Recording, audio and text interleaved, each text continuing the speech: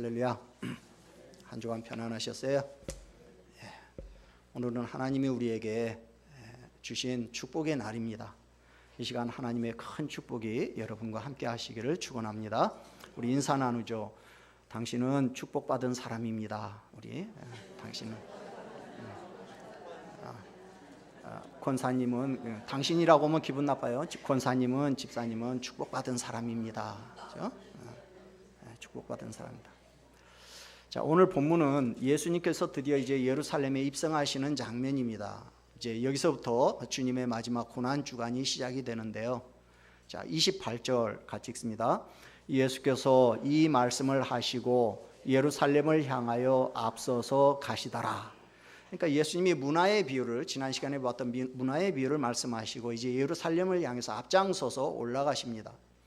마치 부대의 그 지휘관이 앞장서서 이제 돌격함으로 부대의 사기를 높이듯이 주님은 예루살렘에서 기다리고 있는 순환과 죽음을 향해서 두려워하지 아니하고 나아가셨어요. 그랬더니 29절 같이 읽습니다. 감람원이라 불리는 산 쪽에 있는 벳바게와 베다니에 가까이 가셨을 때 제자 중 둘을 보내시며, 자, 감람원이라 불리는 산이라는 건 감람산을 말합니다. 감람산은 예루살렘의 동쪽에 위치하고 있는 예루살렘보다 조금 높은 나지막한 산이에요. 베다니는 예루살렘에서 한 3.5km 정도, 그러니까 십리가 채 떨어지지 않은 감람산 동쪽에 위치하고 있는 마을인데요. 이제 나사로와 마르타 마리아 자매가 살고 있는 바로 그 마을이죠. 근데 거기는 여리고로부터는 이제 24km 정도 꽤 많이 떨어져 있어요. 그러니까 여리고에서 지금 이제 삭개오 사건 그리고 이 문화의 비유 말씀을 하시고 나서 이제 시간이 며칠 지난 거죠. 자, 근데 예루살렘을 앞두고 이제 예루살렘의 입성을 앞두고 예수님이 제자 중에 둘을 보내셨다고 그랬어요. 30절 같이 읽습니다. 이르시되 너희는 맞은편 마을로 가라. 그리로 들어가면 아직 아무도 타보지 않은 나귀 새끼가 매여 있는 것을 보리니 풀어 끌고 오라. 자, 맞은편 마을 벳바게로 가면 아무도 아직 타보지 않은 어린 나귀 새끼가 매여 있을 텐데 풀어서 끌고 오라는 거예요. 그랬더니 31절 같이 읽습니다. 만일 누가 너희에게 어찌하여 푸느냐 묻거든 말하기를 주가 쓰시겠다 하라 하시매. 자, 끌고 오는데 만약에 누군가가 아니 남의 집 나귀 새끼를 왜 끌고 가는 거예요 묻거든 주가 쓰시겠다 그렇게 말하고 그냥 끌고 오라는 거예요. 자, 오늘 이 장면에서 예수님의 말씀이 좀 이상하지 않습니까? 남의 것을 가져오려면 먼저 주인의 허락을 구하는 것이 상식이죠. 근데 주님은요, 왜 주인의 허락도 구하지 않고 남의 나귀 새끼를 제자 둘을 보내면서 무조건 끌고 오라는 거예요? 그 당시 나귀 새끼는 아주 귀중한 재산입니다. 요즘으로 치면 이제 자동차와 같아요. 이런 소중한 재산을 주인의 허락도 없이 그냥 내 마음대로 끌고 와도 됩니까? 남의 짐승을 주인의 허락받지 않고 끌고 가는 것은 그건 도둑질이에요. 그러면 지금 예수님이 제자들한테 지금 뭘 시킨 거예요? 제자 2명을 보내면서 도둑질을 시킨 거예요. 야, 가서 나귀 새끼 훔쳐와라고는 안 했어요. 그냥 끌고 오라고 그랬지. 근데 사실 내용은요, 도둑질하고 오라는 거죠. 이게 주인의 입장에서 보면요, 자기 허락 없이 자기 물건을 가져가는 것은 분명히 도둑질하는 거예요. 어느 주인이 모르는 사람이 자기 물건을 가져가는데 그냥 가만히 앉아서 쳐다보고 있을 사람이 누가 있겠어요? 아무리 예수님이시더라도 이럴 좀 이상하죠.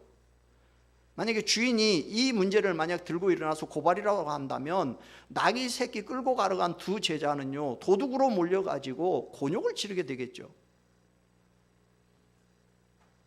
주인의 허락도 없이 남의 나귀 새끼를 끌고 오는 행위는 분명히 정당하지 못합니다. 남의 물건을 훔치는 행위예요. 남의 재산에 손해를 끼치는 일이에요. 나귀 새끼가 꼭 필요하면 돈 주고 사오면 됩니다. 아니면 그냥 잠깐 쓰고 도로 갖다 놓을 것 같으면 주인한테 먼저 가서 자초지종 이야기를 하고 허락을 받고 가져와야죠.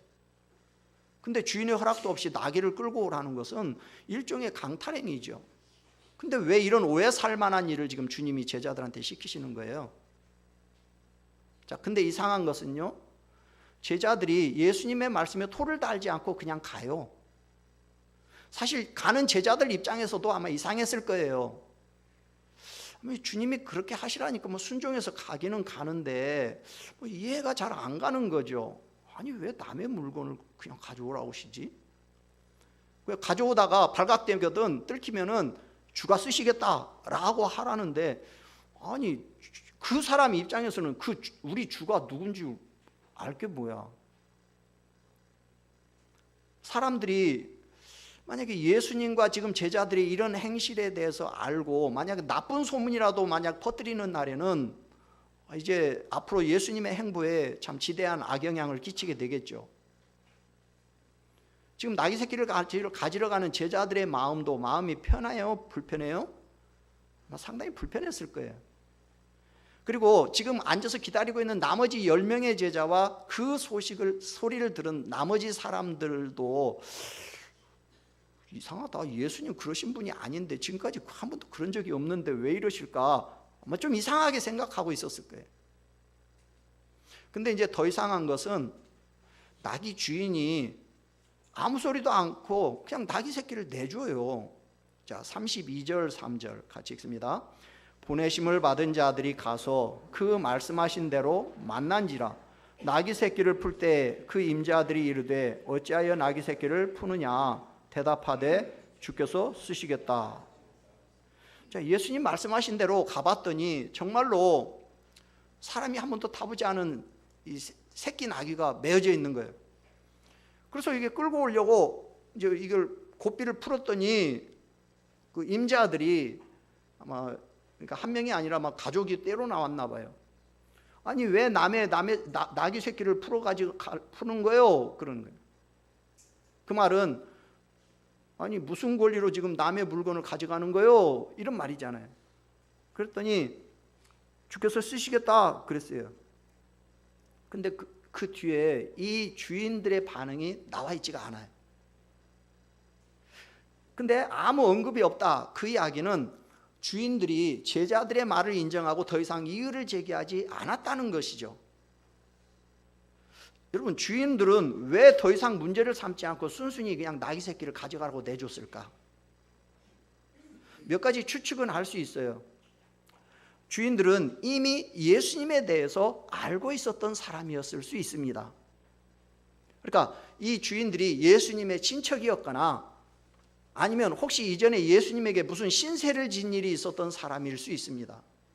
뭐 예수님에게 병을 고침 받았든지 아니면 자기 가족 중에 귀신 들린 사람이 있었는데 예수님한테 이 귀신이 이제 이렇게 낫는 이제 그런 사람이었을 수 있겠죠. 근데 그렇다 하더라도 그러면 너희 주인이 누군데? 우리 주인 예수님이다. 이 대화가 한 번 더 왔다 가야 하거든요. 그런데 이 주인들은요 밑도 끝도 없이 그냥 주가 쓰시겠다 그랬더니요 그 주가 누군지도 모르는데 밑도 끝도 없이 그냥 아무 소리도 안 하고 그냥 가져가라고 놔뒀다는 거죠. 여러분 이상하지 않습니까? 근데 더 이상한 것은 주님이 이제 그 나귀 새끼를 타고서 예루살렘으로 이제 가시는 거예요. 35절 6절 같이 읽습니다. 그것을 예수께로 끌고 와서 자기들의 겉옷을 나귀 새끼 위에 걸쳐놓고 예수를 태우니 가실 때에 그들이 자기의 겉옷을 길에 펴더라. 자, 마태, 마가는 말하지 않은 걸 누가만이 지금 이야기하고 있는 내용이 나오는데요. 예수님이 스스로 나귀에 타신 것이 아니라 제자들이 예수님을 나귀에 태웠다는 거예요. 이제 마태, 마가하고는 조금 이제 그거는 이제 예수님이 타신 걸로 돼 있는데 어쨌든 예수님이 나귀 새끼를 타고 예루살렘으로 이제 들어가시는 거예요. 근데 지금까지 예수님 한 번도 뭘 타고 다니셨다는 말이 한 번도 안 나와요. 뭐 타고 다닌 게 있기는 있어. 배는 타고 다녔어요. 뭐 무리를 걸으실 때도 있지만 그러나 대부분 배 타고 다니셨어요. 근데 짐승 타고 다닌 적은 없었어요. 늘 제자들과 함께 걸어 다니셨거든요. 근데 예수님이 이제 마지막 죽으러 예루살렘에 입성하실 때는 무슨 마음이셨는지 갑자기 나귀 새끼를 타고 입성을 하시는 거죠. 아니 왜 갑자기 예수님이 나귀 새끼를 탈 생각이 나셨을까? 지금까지 너무 오래 걸었더니 아이고 다리가 좀 아파서요? 아니면 발에 물집이 생겨서요? 아니 그러면 말을 타시든지. 왜 낙입니까? 그것도 왜 낙이 새끼입니까 또? 지금 예수님은 보통 이제 예수님이 30대 초반에 이제 이렇게 장정으로 돌아가셨을 거라고 보는데, 자 그러면 그런 예수님을, 건장하신 예수님을 낙이 새끼가 태우고 자 간다. 여러분 어떨까요? 낙이 새끼가 어땠을까요? 막 다리가 막 후들후들 떨려갖고 막 발발발발 막 떨었겠죠, 막 그죠? 아니 왜냐하면 나귀가 평상시에 뭐 사람을 태우고 다니거나 짐을 싣고 다니던 경험이 한 번도 없는 나귀란 말이에요. 여러분 그런 경험이 한 번도 없는 짐승 위에 사람이 타면은 그 짐승이 편하겠어요? 불편하겠어요? 엄청 불편하겠죠. 막 등에서 사람을 어떻게든지 막 내리게 하려고 발버둥을 칠 거 아닙니까? 짐승들이라면. 아니 꼭 뭔가 타고 가고 싶으시면 그럼 말이나 아니면 뭐 우리 그 신선도 같은 데 보면 소를 타고 가시든지 아니면 그냥 어미 나귀를 타고 가시지 왜 비실비실한 힘도 없는 나귀 새끼를 타고 가시냔 말이에요. 여러분 나귀는요 말보다 훨씬 작습니다. 근데 자 나귀 새끼를 타고 가는 예수님 한번 마음에 그려보세요. 요즘으로 말하면 어른이 그 애들 타는 그 작은 그 장난감 차 있죠.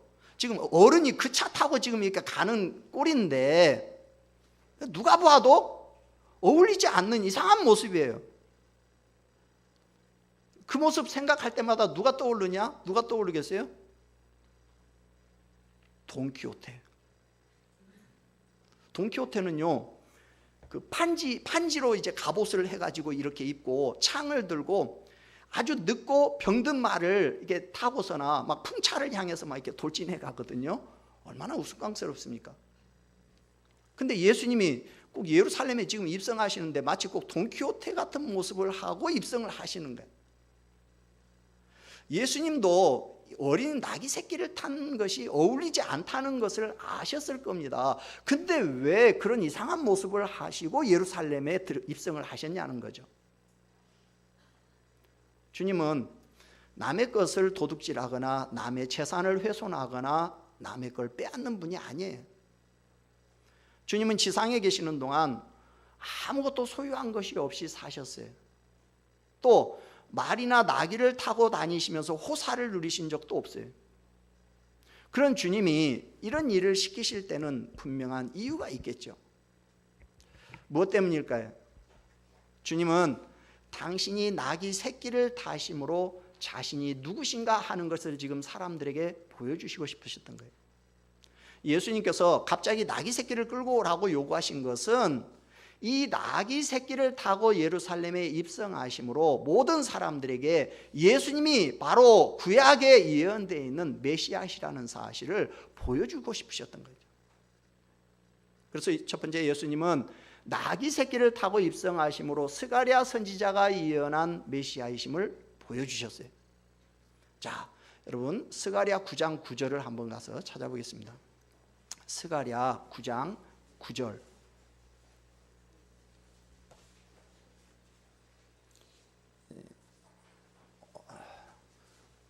제가 확신반 할 때 늘 강조하는데 이 성경 순서 외우셔요. 특히 소선지서는 순서를 안 외우면 여러분들이 찾기 쉽지 않습니다. 스가랴는 어디에 있어요? 학계 스가랴 말리 학스말, 그죠? 학계 다음에 스가랴, 말라기 바로 위에. 구약 성경 맨 끝 성경이 말라기, 그 앞에가 스가랴죠. 9장 9절. 자, 같이 한번 읽어보죠. 시온에 따라 크게 기뻐할지어다. 예루살렘에 따라 즐거이 부를지어다. 보라, 내 왕이 내게 임하시나니 그는 공의로우시며 구원을 베푸시며 겸손하여서 나귀를 타시나니 나귀의 작은 것 곧 나귀 새끼니라. 자, 스가랴는요 구약 성경에 거듭 예언된 것처럼 다윗의 왕위를 이어받아서 영원히 하나님의 택한 백성들을 다스리실 메시아가 오실 것에 대해서 예언을 하고 있어요. 근데 그 메시아는 어떤 분이시냐? 그는 심판주로 모든 사람의 행위에 대해서 선악간에 공정하게 판단하시는 공의로우신 분이시고, 또 구원을 베푸시되 겸손해서 나귀 새끼를 타신다 그랬어요. 고대 세계에서 나귀는 아주 중요한 운송수단입니다. 근데 이제 솔로몬 이후에 이제 말이라는 것이 유대사, 이스라엘사에 이제 수입이 됐어요.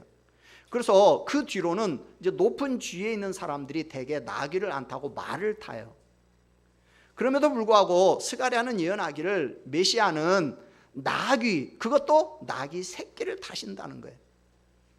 이 말씀은 그가 이 세상을 호령할 자가 아니라 도리어 자기를 낮추어서 모든 사람들을 섬길 자로 오시는 겸비한 자라는 거예요.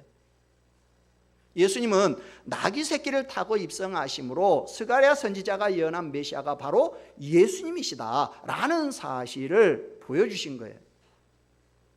주님은 평소에 아까 말한 것대로 사치를 누리거나 나귀를 타고 다니신 적이 없어요. 그런 분이 갑자기 나귀 새끼를 타신 이유는 뭐냐? 주님 당신이 바로 스가랴 선지자가 예언한 그 메시아시라는 사실을 사람들에게 보여주고 싶으셨던 거죠. 두 번째는요, 예수님께서 나귀 새끼를 타고 입성하심으로 예수님은 겸손과 낮아지심으로 구원을 이루시는 메시아심을 보여주셨어요. 말은 나귀보다 훨씬 커서 위풍당당합니다. 여러분 기억납니까? 저 어렸을 때는 이 표준정과라는 것이 있었는데요. 그 정과의 그 표지가 뭐냐면 그 백마를 타고 알프스를 넘는 그 나폴레옹의 그 그림이 이제 거기에 나와 있는데요. 얼마나 그 참 위풍당당합니까? 그래서요, 권세와 권력을 앞장세우는 이 세상의 왕들은요, 다 나귀를 안 타고 말을 탑니다.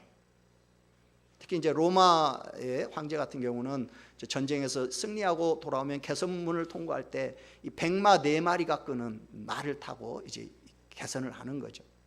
근데 오늘 예수님은요, 나귀를 타심으로 세상의 왕들과 같이 그렇게 호령하고 군림하는 그런 왕이 아니라 겸손과 낮아지심으로 하나님의 뜻을 이루시는 왕이시라는 사실을 보여주셨어요.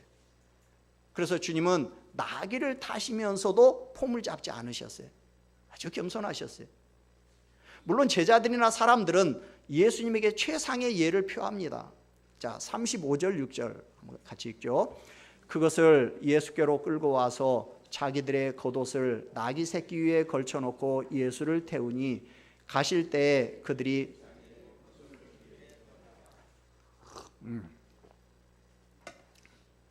나귀 새끼의 등에다가 자기의 겉옷을 벗어서 걸친 것은 물론 안장이 없기 때문에 이제 안장 대용으로 사용하기 위한 것도 있지만, 그러나 왕이나 귀인에게 보여주는 존경의 표시입니다.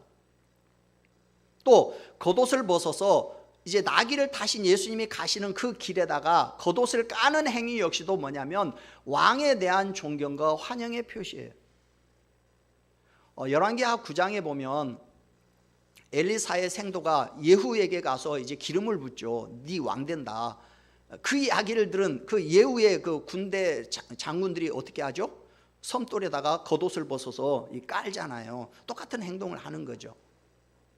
마태와 마가는 이제 겉옷만이 아니라 나뭇가지를 같이 깔았다 이렇게 돼 있고, 요한복음에 보면 그 나뭇가지가 바로 종려나뭇가지다라는 사실을 이제 밝혀놓고 있어요. 그러니까 사람들은요, 예수님을 세상 왕을 영접하는 예법으로 맞이한 거죠. 근데 예수님은 자신이 누구신가를 보여주기 위해서 나귀 새끼 위에 앉기는 하셨지만, 그러나 그분은 그 위에서조차도 겸손함을 잃지 아니하셨어요. 예수님은 자신이 이스라엘과 온 세상의 구원을 위해서 오신 메시아다라는 사실을 이제 마지막 죽으러 가시면서 사람들에게 그 사실을 공포하셨어요. 그러나 세상 왕들처럼 정복자의 모습으로가 아니라 낮아지심으로 구원을 이루는 메시아시라는 사실을 보여주셨어요. 셋째로 예수님은 나귀 새끼를 타고 입성하심으로 평강의 왕으로 오신 메시아이심을 보여주셨어요.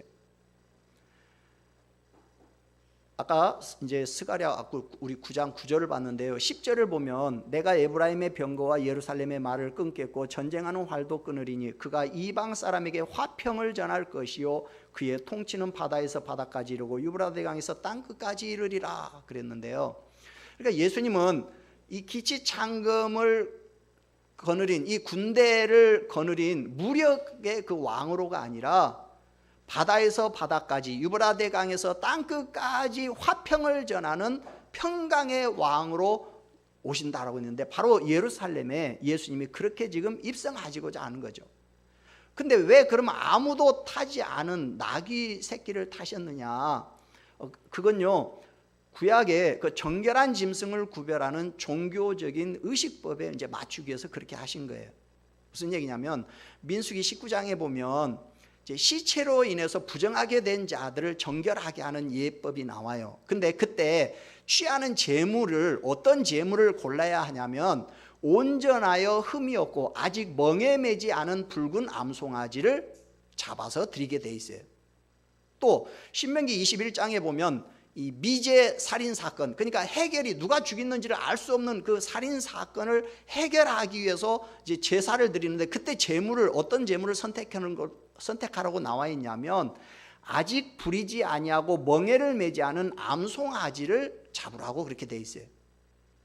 자, 구약에서 이 번제의 희생 제물은 수송아지를 잡게 돼 있어요. 그런데 정결례에 쓰이는 제물은 암송아지를 잡게 돼 있습니다. 그것도 세상적인 이익을 위해서 한 번도 일해 본 적이 없는 아직 멍에를 메어보지 않은 암송아지를 잡으라는 거죠. 그 암송아지는 결국 이제 신약의 그리스도를 예표하고 있는 짐승이에요. 그래서 예수님은 그래서 한 번도 아직 사람을 등에 태워본 적이 없는 그런 나귀 새끼를 타신 거죠. 그러므로 예수님은 죄인들의 죄를 대속함으로 죄인들을 정결케 하는 제물이자 구원자이시라는 사실을 보여주신 거예요. 그리고 네 번째, 예수님은 사람들의 환호와 찬송을 받으심으로 역시 스가랴의 예언을 성취하셔요. 자, 오늘 37절 8절 같이 읽습니다. 이미 감람산 내리막길에 가까이 오심에 제자의 온 무리가 자기들이 본 바 모든 등한 일로 인하여 기뻐하며 큰 소리로 하나님을 찬양하여 이르되 찬송하리로다 주의 이름으로 오시는 왕이여 하늘에는 평화요 가장 높은 곳에는 영광이로다 하니.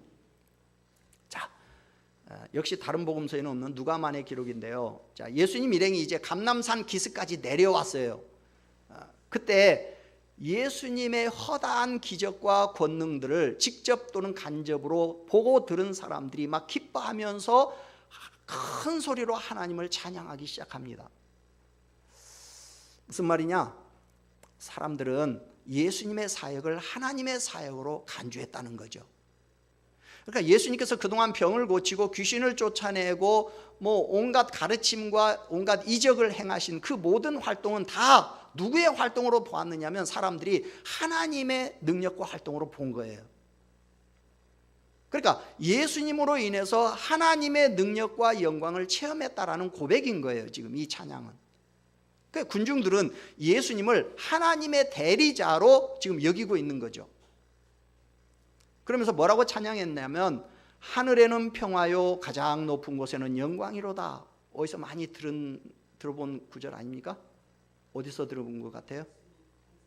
그렇죠. 오늘 우리 누가복음 2장에 보면 2장 14절에 보면 예수님이 탄생했을 때 이제 천사들이 합창을 하는 그 내용하고 비슷한데 근데 차이가 있습니다. 차이가 뭐냐면 거기서는 땅에는 평화라고 했는데 여기서는 하늘에는 평화라고 이렇게 돼 있어요. 그러니까 자, 예수님이 이 땅에 오셔서 십자가에 죽으심으로 하나님과 우리 인간 사이에 평화가 임하게 됩니다. 화평하게 돼요. 그런데 예수님 탄생 때는 천사들이 땅의 평화, 즉 사람들의 평화를 노래를 했어요. 그런데 오늘 예수님 이제 예루살렘 입성, 죽으시기 위해서 입성하실 때는 군중들이 하늘의 평화, 즉 하나님의 평화를 노래한 거예요. 그러니까 예수님이 만왕의 왕으로 이 땅에 가져다 준 평화가 곧 하늘의 평화인 거예요. 그런데 이런 군중들의 찬송을 듣고 바리새인들이 이제 시비를 걸어옵니다. 39절 같이 읽습니다. 무리 중 어떤 바리새인들이 말하되 선생이여 당신의 제자들을 책망하소서 하거늘. 자, 여러분 군중들은 예수님을 누구라고 호칭했죠? 뭐라고 불렀죠? 거기 보니까 주라고 그랬잖아요. 주. 그죠? 근데 바리새인들은 예수님을 뭐라고 불러요? 선생이라고 불러요. 그러면서 바리새인들은 예수님에게 뭐라고 하냐면 제자들을 책망하라는 거예요. 무슨 얘기예요? 지금 군중들이 예수님에게 드리고 있는 찬양을 거부한다는 표시인 거죠. 그들에게는 예수님에 대한 사람들의 찬송이 지금 뭔 소리로 들려요? 신성모독하는 소리로 들리는 거예요. 그러니까 바리새인들은 신성한 하나님의 역사를 지금 무지한 인간적인 생각을 가지고 지금 막으려고 하고 있는 거예요. 거기에 대한 예수님의 반응이 뭐냐? 마지막 40절 같이 읽습니다. 대답하여 이르시되 내가 너희에게 말하노니 만일 이 사람들이 침묵하면 돌들이 소리 지르리라 하시니라. 자, 예수님은 바리새인들의 그 요청을 한마디로 묵살하셨어요. 만약 이들이 침묵하면 돌들이 소리칠 것이다. 무슨 얘기예요? 예수님을 메시아로 환호하는 저들의 찬양은 정당하다는 거예요. 그리고 반드시 그렇게 찬양되어야 한다는 거예요. 다시 말하면 예수님에 대한 메시아적인 찬양은 특정한 사람들의 의사에 의해서 제한될 성질의 것이 아니고 하나님의 영원하신 섭리와 계획하에 반드시 이루어져야 할 사실이라는 거예요. 또 그 찬양은 계속해서 선포되어야 할 내용으로 응당 찬양해야 할 상황에서 만약 침묵하는 것은 곧 죄라는 거예요. 그러니까 이 메시아 찬양은 어떤 위협이 닥쳐온다 할지라도 계속해서 외쳐야 할 것이고 메시아의 행진은 계속되어져야 한다는 거예요. 왜? 이렇게 된다고 스가랴 선지자가 이미 예언을 해놨기 때문에. 아까 스가랴 9장 9절에 뭐라고요? 시온에 따라 크게 기뻐할지어다 예루살렘에 따라 즐거이 부를지어다 그랬단 말이에요. 결국 제자들과 군중들과 예루살렘 주민들이 예수님의 예루살렘 입성에 대해서 막 환호하면서 즐거이 맞이함으로 결국은 스가랴의 예언이 그대로 성취가 되는 거죠. 예수님은 사람들의 찬송을 들으심으로 스가랴 선지자가 예언한 메시아가 바로 당신이라는 사실을 사람들 앞에 증거하신 거예요. 마지막 한 가지 더 본다면 신적인 능력을 보여주심으로 예수님은 당신이 메시아이심을 보여주셨어요. 자, 우리 아까 앞에 30절에서 이르시되 너희는 맞은편 마을로 가라. 그리로 들어가면 아직 아무도 타보지 않은 나귀 새끼가 매 있는 것을 보리니 풀어 끌고 와라. 예수님은 맞은편 마을에 가면 아직 한 번도 사람이 타지 않은 나귀 새끼가 매 있을 것이라는 것을 어떻게 아셨을까요? 어떤 사람은요, 미리 나귀 주인과 약속해서 나귀를 준비해 두었다 이렇게 설명한 사람도 있고요, 나귀의 주인이 바로 예수님이시다 이렇게 설명한 사람도 있고요, 멀리서 나귀 새끼가 묶여 있는 것을 주님이 보시고서 그렇게 지시했다 이렇게 설명한 사람도 있고요, 심지어는 주님이 나귀 새끼를 사전에 미리 준비해 두셨다 거기에다 이렇게 보시는 분들도 있어요. 그러나 이런 것은 예수님을 메시아로 하나님으로 믿지 않는 세상 사람들의 생각이고, 우리는 예수님은 하나님의 아들로서 모든 것을 아시는 초자연적인 능력을, 즉 전지하신 지식을 가지고 계신 분이심을 믿어요. 그렇다면 맞은편 마을에 가면 아무도 타보지 않은 나귀 새끼가 매 있을 것이니까 끌어오라 라는 예수님의 말씀은 결국 신적인 초자연적인 예지의 능력으로 아시고 지시하신 것으로 그렇게 보입니다. 또 나귀의 주인들이 주께서 쓰시겠다 그랬을 때 두말 않고 그냥 나귀 새끼를 내준 이유도 역시 마찬가지예요. 저들은 어떤 형식으로든지 하나님의 계시를 받아서 그 사실을 알고 있었을 겁니다. 예를 들면 전날 밤 꿈에 하나님께서 내일 이런 일이 있을 터인데 너희들 아무 소리 말고 그 지시에 따르도록 해라 뭐 이런 식으로 친히 말씀을 해주셨던지, 어쨌든 분명한 것은 그들은 어떤 식으로든지 주님이 나귀 새끼를 필요로 하시고 그 요구가 들어왔을 때 거기에 순종해야 한다라는 사실을 알고 있었다는 거죠. 여러분은 나귀를 타신 예수님의 모습이 어떻게 보입니까? 여러분의 눈에도 예수님의 모습이 너무 초라하지 않습니까? 세상은 어떤 왕을 원합니까? 힘있고 권력을 가진 강력한 왕을 원합니다. 요즘 세계를 보면 다 막 힘있고 강력한 지도자들죠. 미국 그러지, 러시아 그러지, 중국 그러지, 일본 그러지, 우리 주변에 있는 모든 나라들 다 지금 아주 힘있고 강력한 지도자를 요구하고 있고, 그런 사람들이 지금 다 포진하고 있어요. 그래서 사람들은 저마다 힘을 가지려고 온갖 노력을 다합니다. 그런데 예수님의 모습은 이런 것과는 너무나도 거리가 멀어요. 예수님은 나귀 새끼를 타셨어요. 세상을 구원할 분이시라면 이런 모습이 아니라 더 강력하고 힘 있는 자의 모습을 가져야 된다고 생각지 않습니까? 그래서 우리는 이런 예수님을 드러내는 일을 부끄럽게 여깁니다. 우리는 이런 연약한 예수님은 세상에 드러낼 만한 분이 아니라고 생각합니다. 이런 나약한 예수님의 모습이 별로 마음에 탐탁치 않습니다. 그래서 예수님을 사람들에게 당당하게 말하지 않습니다. 예수님을 믿는 것을 부끄러운 일처럼 여기고 숨기거나 감추려고 하기도 합니다. 때로 이런 예수님의 모습을 세상 사람들이 비난하고 업신여길 때 아무 말 하지 않고 그냥 가만히 듣고만 있기도 합니다. 여러분 생각은 어떻습니까? 주님은 굉장한 왕이 돼야 하는데 근데 그런 왕이 아니셔요. 예수님은 나귀 새끼를 타고 우리를 구원하셨어요. 오늘 우리가 드러낼 왕은 어떤 분이에요? 그분은 나귀 새끼를 타셨지만 우리를 구원하시는 메시아이셔요. 그분은 성경이 약속하고 있는 유일한 구원자이셔요. 예수님의 구원은 총과 칼로 이루어지는 구원이 아니라 겸손과 비천의 처함으로 이루어지는 구원이에요.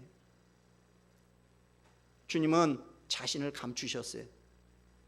주님이 이루신 구원은 자신을 감추시고 오직 하나님의 약속을 이루신 결과입니다. 하나님의 약속을 성취하시려고 자기의 모든 걸 감추셨어요. 이런 예수님의 모습 앞에서 나는 지금 어떤 모습으로 예수님을 따르고 있습니까? 나를 드러내고 싶은 욕망을 절제하셔야 해요. 세상의 구원자요 심판자이시면서도 새끼 나귀를 타신 그 주님의 모습을 보면서 우리는 자꾸만 사람들 앞에 나를 드러내고 싶은 욕망을 절제해야 해요.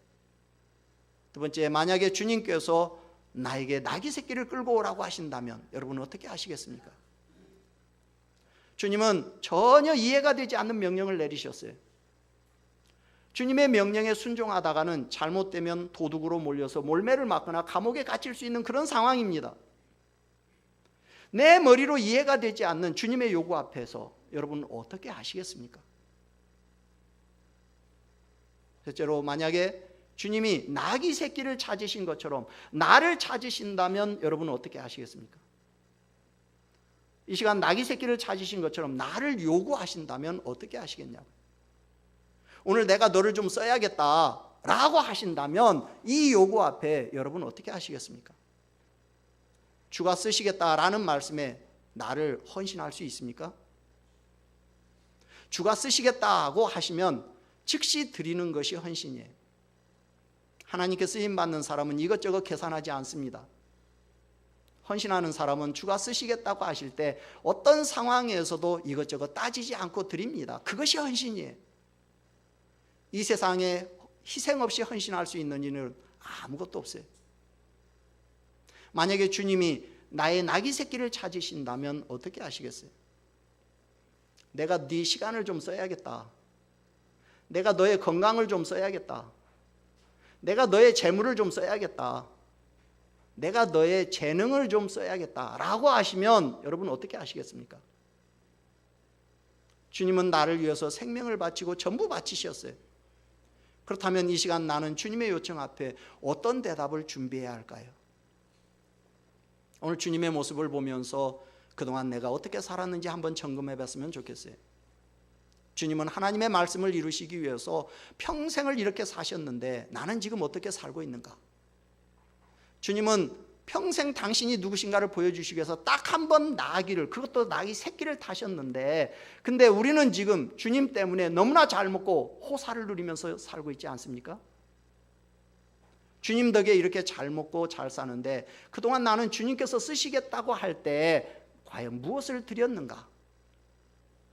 주님이 여러분의 것을 쓰시겠다고 하면 여러분은 어떻게 하시겠어요? 만약 주님이 내 나귀 새끼를 필요로 한다면 어떻게 하시겠어요? 오늘 내가 주님께 드릴 나귀 새끼는 뭡니까? 주님께서 원하시면 그것이 무엇이 되었든 두말 없이 내드릴 수 있는 그런 믿음이 준비되어 있습니까? 이 시간 우리 찬송 216장 찬송 부른 다음에 하나님 앞에 기도할 수 있기를 바랍니다. 216장 찬송하겠습니다.